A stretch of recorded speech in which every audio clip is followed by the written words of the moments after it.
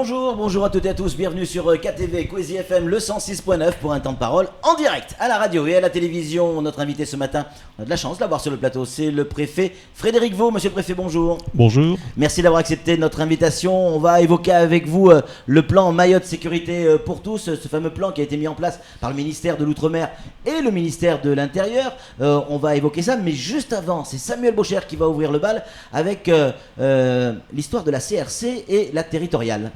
Vous avez saisi la Chambre régionale des comptes parce que le budget primitif 2016 était en déficit. La Chambre régionale a rendu son avis, vous donne la main pour arrêter le budget 2016 avec des préconisations, notamment le gel de l'indexation et peut-être le dégraissage du mammouth, comme on en parle depuis des années. Quelle sera votre position ? Suivrez-vous les préconisations de la CRC avec le gel de l'indexation et du dégraissage du mammouth ? Alors peut-être d'abord quelques éléments de contexte. Sur les dernières années, il y avait entre 15 et 20 saisines de la Chambre régionale des comptes sur l'ensemble des budgets des collectivités. Cette année, il y en a eu 12 et 6 propositions de règlement d'office de budget. Parmi ceux-là, il y a le budget du conseil départemental. Je voudrais simplement faire observer que ma marge de manœuvre par rapport à l'avis de la Chambre régionale des comptes est relativement encadrée, puisque la loi dit que lorsque le préfet s'écarte des propositions de la Chambre régionale des comptes, il doit le motiver. Donc nous sommes actuellement en train de faire un examen de situation avec les équipes financières du conseil départemental pour voir la décision qui va être prise, et en prenant en compte différents éléments. Il faut respecter l'équilibre financier qui a été dégagé par la Chambre régionale des comptes. Deuxièmement, si je m'écarte des préconisations, il faut que je puisse les motiver. Troisièmement, sur les aspects fonction publique, il faut prendre en compte un principe qui est le principe de parité entre les fonctions publiques et être là aussi dans le cadre de la loi. Même si la décision n'est pas encore prise, si j'ai bien compris, vous n'allez pas avoir trop le choix, vous allez probablement suivre les préconisations de la Cour des comptes. Ma marge de manœuvre est très limitée, on est en train de regarder ce qui est possible.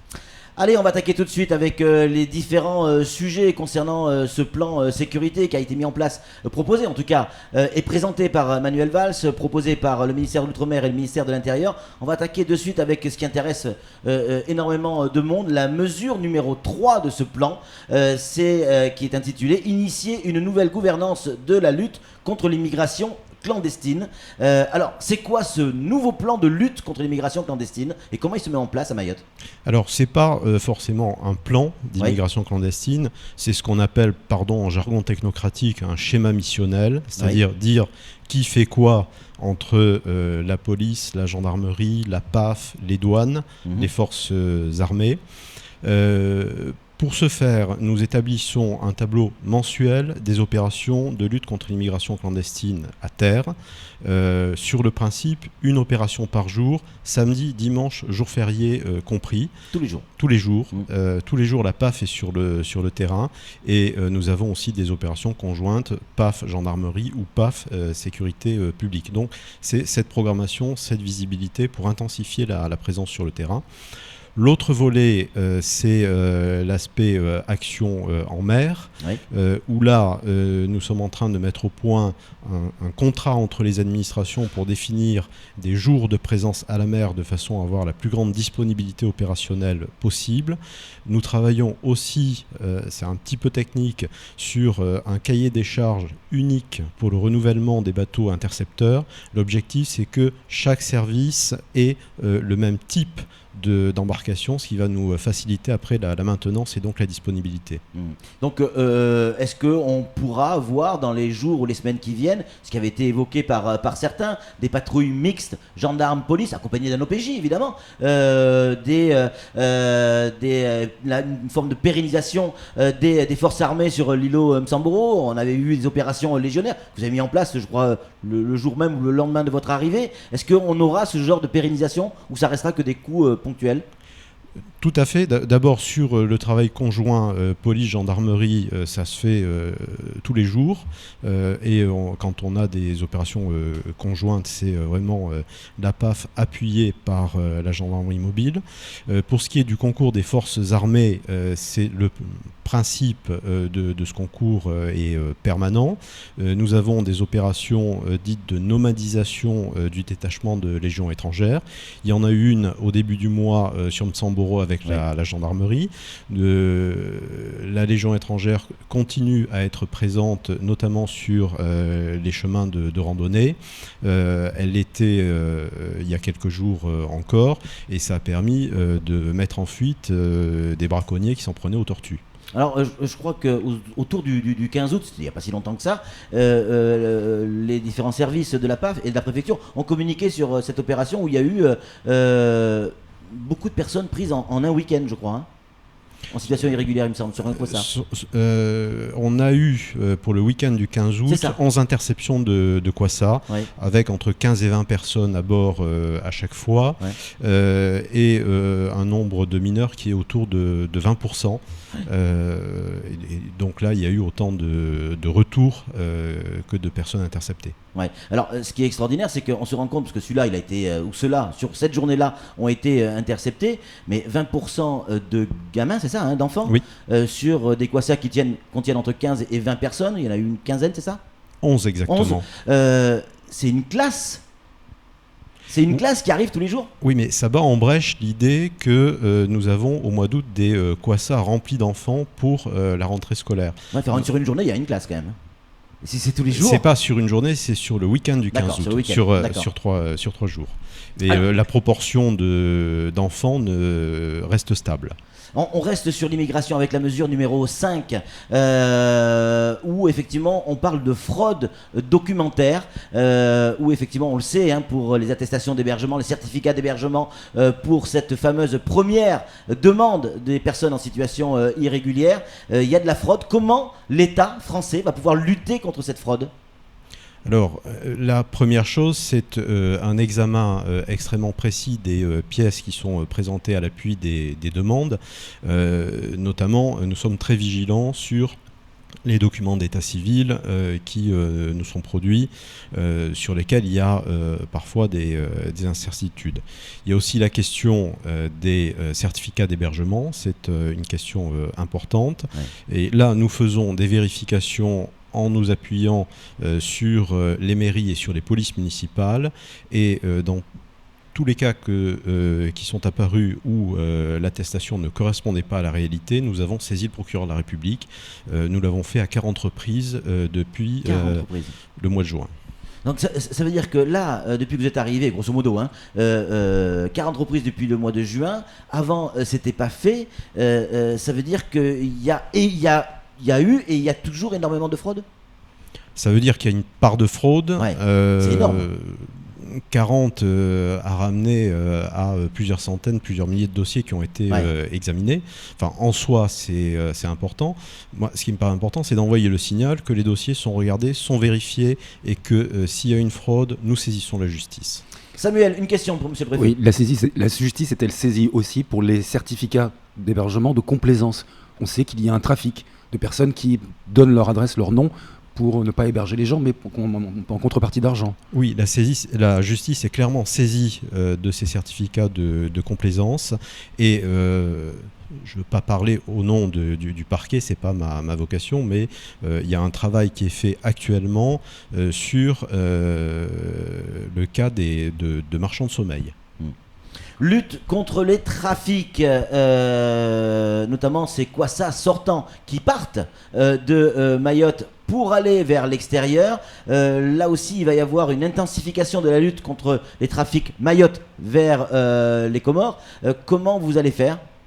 Alors, nous avons besoin tout d'abord d'informations, de renseignements, Oui. C'est-à-dire connaître les endroits où des Kwassa sont présumés arriver, de façon à pouvoir intervenir, à la fois par rapport aux personnes qui arrivent, mais on nous dit aussi souvent que les Kwassa ne repartent pas à vide, qu'il pourrait y avoir du recel, notamment d'objets qui ont été volés dans des cambriolages.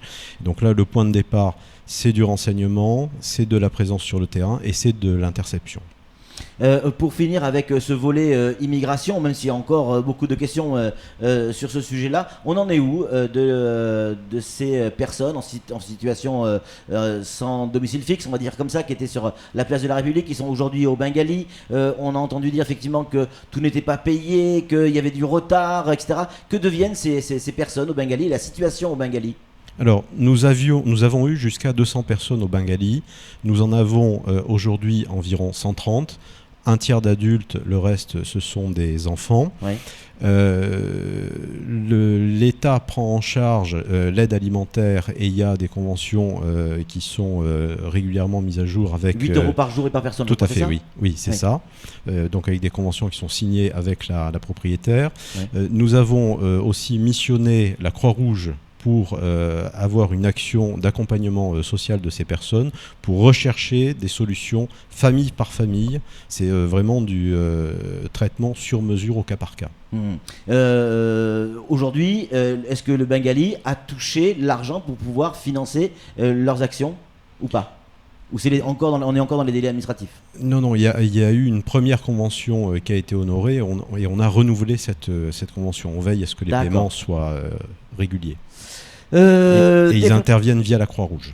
Bien sûr. Développement économique, c'est la mesure 11 de ce plan pour Mayotte. Là aussi, et vous le dites régulièrement, il faut absolument faire redémarrer l'économie. Et on le sait tous, l'économie pourra redémarrer qu'à partir du moment où les entreprises se sentent en sécurité. Qu'est-ce que vous allez mettre en place avec ce plan ou ce schéma pour sécuriser ces entreprises?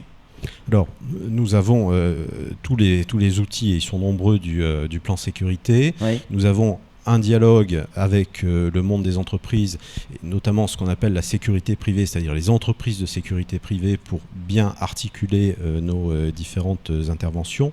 Mais au-delà, et je me réfère aux récents rapports, aux récentes analyses de l'IEDOM, on a besoin de relancer la commande publique, l'injection d'investissements publics dans l'économie mahoraise. C'est un travail auquel on s'est attaché avec le nouveau SGAR, Jean Almazan. Et sur les dernières semaines, nous avons engagé sur différents projets à peu près 60 millions d'euros. Et l'objectif d'ici la fin de l'année est de dépasser 80 millions d'euros d'engagement nouveau. Alors, sur quel type de projet, j'imagine? École? J'y viens. Nous avons le nouvel hôpital de Petite-Terre, 35 millions d'euros. Les marchés sont fructueux, le chantier va démarrer au mois de novembre, c'est important. Sur les logements, nous avons aujourd'hui engagé 11 millions d'euros, ça représente 250 logements. Fin septembre, on sera à 15 millions d'euros sur le logement. On sort du trou d'air des années précédentes. Nous avons également plus de 15 millions d'euros sur les constructions scolaires.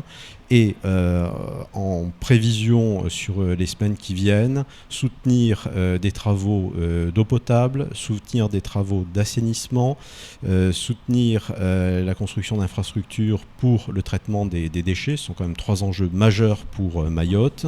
Nous avons aussi un projet de bâtiment pédagogique au bataillon du SMA pour 3 millions d'euros. Donc au total, vous avez dit arriver à fin 2016, 80 millions, c'est ça? Aujourd'hui, on est à 60. L'objectif, c'est engagé. Ouais. Et l'objectif, c'est de dépasser 80 en fin d'année. Alors, vous avez parlé tout à l'heure de la sécurité privée, donc de développer un certain nombre d'entreprises, sécurité privée pour aussi protéger les autres entreprises. Pas un mot dans ce plan de sécurité sur la police municipale. Elle a un rôle à jouer, un rôle de proximité à jouer, pourtant. Alors, nous discutons beaucoup avec les maires sur cette articulation entre les forces nationales et les forces municipales. Nous avons dans beaucoup de communes des conventions d'articulation entre la gendarmerie, la police municipale. Pour Mamoudzou, nous sommes en train de finaliser la convention entre la police nationale et la police municipale. Et je dois dire qu'à Mamoudzou, nous avons une collaboration particulièrement étroite avec la police municipale. Et c'est important parce que nous sommes sur des gammes d'intervention qui sont complémentaires. Alors, une question toute simple, hein. Est-ce que vous, en tant que préfet de Mayotte, vous êtes pour ou contre que les policiers municipaux soient armés, comme c'est le cas dans d'autres départements de France, hein? Alors, il y a eu des évolutions toutes récentes, notamment un assouplissement des conditions pour pour autoriser l'armement des polices municipales. Alors, il faut voir aussi ce qu'est l'armement. Équiper un policier municipal d'un bâton de défense, c'est considéré comme un armement. Ouais. C'est pas que les armes à feu. Alors, ça se regarde évidemment au cas par cas, et il y a un certain nombre de conditions à remplir pour que les agents puissent être autorisés, des conditions à la fois d'aptitude et de formation. Mais sous ces réserves-là, il me semble que c'est une bonne chose. On nous dit qu'il y a une armurerie qui va bientôt se monter à Mayotte. Info, intox? J'en ai entendu parler, Ouais, j'ai pas vu de dossier pour l'instant. D'accord. Des phrases choc au sein de cette mesure 15, je vais la lire parce qu'elle est importante. Mayotte, là c'est le rapport qui le dit, hein. Mayotte pâtit de freins persistants pour son développement, un niveau de développement économique encore très faible, entraînant une absence de perspective d'embauche, on en parlait tout à l'heure sur le plan économique, un habitat qui reste très précaire et un défaut, une faute de frappe, un défaut d'équipement de base, un système scolaire surchargé et peu performant, une situation sanitaire persistante. C'est un terrible constat qui est fait sur Mayotte, sont les propos tenus dans ce rapport et beaucoup de points liés directement à la responsabilité de l'État. Je pense notamment l'école, la santé, le logement. Ça va être dur d'entendre ça, non ? Écoutez, il faut être objectif. On a une situation objective ici à Mayotte. Par rapport à la situation nationale, par rapport à la situation des autres DOM, nous avons des difficultés supplémentaires et c'est effectivement le devoir de l'État, en partenariat avec les collectivités locales, de prendre en compte ces aspects-là. En matière d'équipement scolaire, c'est une compétence que nous partageons avec les communes. Et l'État a repris la main après la déconfiture qu'a connue le syndicat mixte, et nous avons relancé les constructions. Le logement, j'en parlais tout à l'heure, nous engageons cette année 250 logements supplémentaires. Il en faudrait plus, mais c'est déjà bien de réamorcer la pompe. Sur la santé, c'est effectivement un sujet majeur ici, un sujet qui se concentre autour de l'hôpital. Nous travaillons étroitement avec l'ARS et avec le ministère de la Santé pour sortir des difficultés que nous avons en termes d'effectifs, pour travailler aussi sur l'attractivité de Mayotte pour ces recrutements. Et je crois que ce qui est dommage dans le climat actuel, même si les choses changent peut-être, c'est qu'on a beaucoup véhiculé au plan national une image négative de Mayotte, et ça nous complique les choses pour les recrutements. Alors il ne faut pas se voiler ou se cacher les yeux, là, c'est une réalité.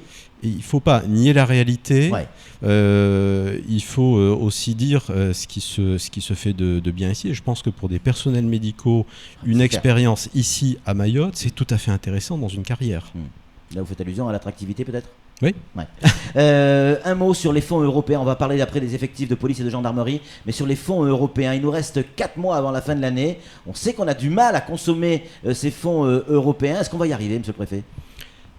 Quand je citais tout à l'heure l'objectif de plus de 80 millions d'euros d'engagement, j'y intègre les fonds européens, et nous avons aujourd'hui une prévision d'engagement sur le fonds européen qui s'appelle le FEDER, qui est de 18 millions d'euros. L'objectif, c'est d'atteindre le seuil qui permet de conserver les crédits. Donc il y a de quoi rester optimiste, garder ces crédits pour pouvoir demander mieux après ? Oui, il le faut. Toujours. On va parler des effectifs. Alors là, il y a des chiffres qui ont été donnés dans ce rapport. Je lis, c'est la mesure 18 de ce rapport. Été 2016, 102 policiers arriveront. On le voit, c'est écrit clairement. Et en fait, il y a 76 policiers, tous services confondus, plus 26 adjoints de sécurité. En clair, des stagiaires policiers. Une question très simple, monsieur le préfet. Est-ce que ces 76 policiers sont des nouveaux postes, ce qu'on appelle des ETP, équivalent temps plein, ou est-ce que ce sont des remplacements classiques de policiers qui partent, qui quittent Mayotte, et il y en a d'autres qui arrivent? Il y a les deux. Vous avez vu la rédaction du plan, 76 policiers arriveront, donc c'est des gens qui arrivent ici à Mayotte. Oui. Et là-dessus, sur ces 76 policiers, on a des arrivées supplémentaires nettes qu'on a chiffrées à 14 policiers. C'est notamment ce qui nous permet de créer le groupe de sécurité de proximité qui va travailler en début de soirée et première partie de nuit à un moment. Le bac un peu renforcé, quoi. En quelque sorte. C'est de la sécurité publique en renfort de la BAC. C'est pas tout à fait la même spécialité. Oui. Mais donc c'est du renfort net sur le terrain. Et les adjoints de sécurité, il ne faut pas le négliger parce que ce sont 26 jeunes. Ça nous permet d'avoir davantage de patrouilles, puisqu'une patrouille, ça comprend 3 fonctionnaires. Et donc là, nous aurons plus de marge pour être sur le terrain. Après ces 26 jeunes, il y en a beaucoup qui sont affectés à la PAF également, selon nos informations. Il y en a une partie à la PAF, une partie à la DDSP. Mais ce qui est important, c'est que souvent, ce passage comme adjoint de sécurité, c'est aussi ce qui permet à ces jeunes de préparer, de présenter et de réussir les concours de la police. Donc en fait, sur les 102 policiers annoncés dans ce rapport, il y en a 14 nouveaux postes. On est bien d'accord? 14 fonctionnaires, il y a 26 ADS. Tout à fait. Concernant la gendarmerie, alors là c'est pareil, on nous dit été 2016, donc c'est la mesure 19 du rapport, été 2016, 42 gendarmes. Génial, c'est bien. 30 le GPIOM, bon ça on le savait, c'est pas quelque chose de nouveau, c'était avant même la rédaction de ce rapport. Donc 30 plus 12, on arrive bien aux 42, 12 dans les brigades, c'est ce qui est annoncé dans cette mesure 19, il y a 4 brigades. 3 x 4, 12, ça veut dire qu'on va renforcer 4 gendarmes par brigade. 3, pardon, excusez-moi. Je peux dire beaucoup mieux à présent. Parce qu'on a effectivement la création de l'antenne du GIGN, c'est la nouvelle dénomination des GPI. 30 effectifs, ils sont quasiment tous là et ils ont commencé à travailler. Et c'est très efficace. Nous avons non plus 12 gendarmes en renfort des brigades, mais 17. Puisqu'il y en a 5 en plus sur des spécialités judiciaires. Et à la relève du mois de novembre, j'aurai 40 gendarmes mobiles en plus. En permanence? Ou c'est une relève C'est une relève d'escadron. C'est 40 personnels en plus. C'est important pour justement articuler ces missions conjointes, police, gendarmerie, lutte contre l'immigration clandestine, lutte contre la délinquance. Une dernière question, après on vous libère monsieur le préfet, mais on en a tellement, et les auditeurs ont posé tellement de questions. On a un problème avec nos radars, on le sait, et c'est dit également dans la mesure 23 où on reconnaît que les radars ne sont plus adaptés. Nos radars ne sont plus adaptés pour lutter contre l'immigration et notamment l'arrivée de Kwassa. J'ai pu lire, je crois que c'était dans le JDM, qu'il y avait un radar, ou dans le Nouvelle-Mayotte, je ne sais plus, un radar le même que celui du Charles de Gaulle qui allait arriver, c'est ça? Alors, c'est pas tout à fait le radar, c'est le système d'exploitation qui est celui en place sur le Charles de Gaulle, qui permet d'avoir une définition plus grande et de mieux identifier les Kwassa à l'écran.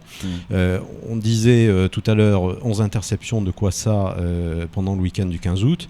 Sans les radars et le système actuel, on est aveugle. Donc c'est un dispositif qui est important et plus il est efficace, mieux c'est. Quand on voit, promis c'est la dernière question, parce qu'on a filmé cette séquence, incroyable. Quand on est devant la préfecture de Mayotte en Grande Terre, ces gens au service étranger qui viennent, il y a toujours énormément de monde, vous l'avez vu, ça n'a pas pu vous échapper. Ces gens qui viennent, pour ceux qui viennent faire une première demande, ces gens donc à ce moment-là ne sont pas forcément en situation régulière, puisqu'ils viennent faire une demande, donc ils sont en situation régulière.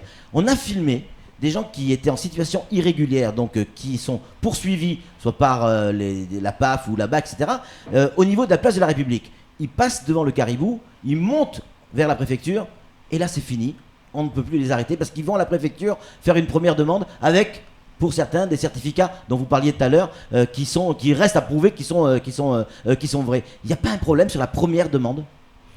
Il y a un usage, c'est que les personnes qui se présentent à la préfecture, j'allais dire, soient sûres d'en ressortir. C'est valable ici, c'est valable ailleurs. Il faut que les gens aient la possibilité de présenter leur demande. Je crois que le message est aussi passé qu'on avait plus de rigueur dans l'instruction des dossiers, qu'on avait accru les exigences. Je citerai un chiffre. Nous sommes aujourd'hui sur une tendance de 11 à 12 000 demandes de titres de séjour sur l'année 2016. On était à 18 000 l'année dernière. Donc je crois que les gens ont compris qu'il fallait faire un peu plus attention.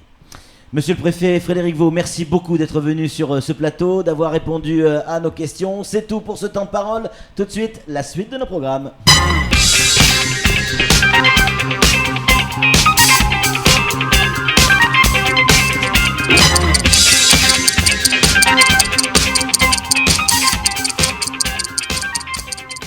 Alors, on va vous faire penser.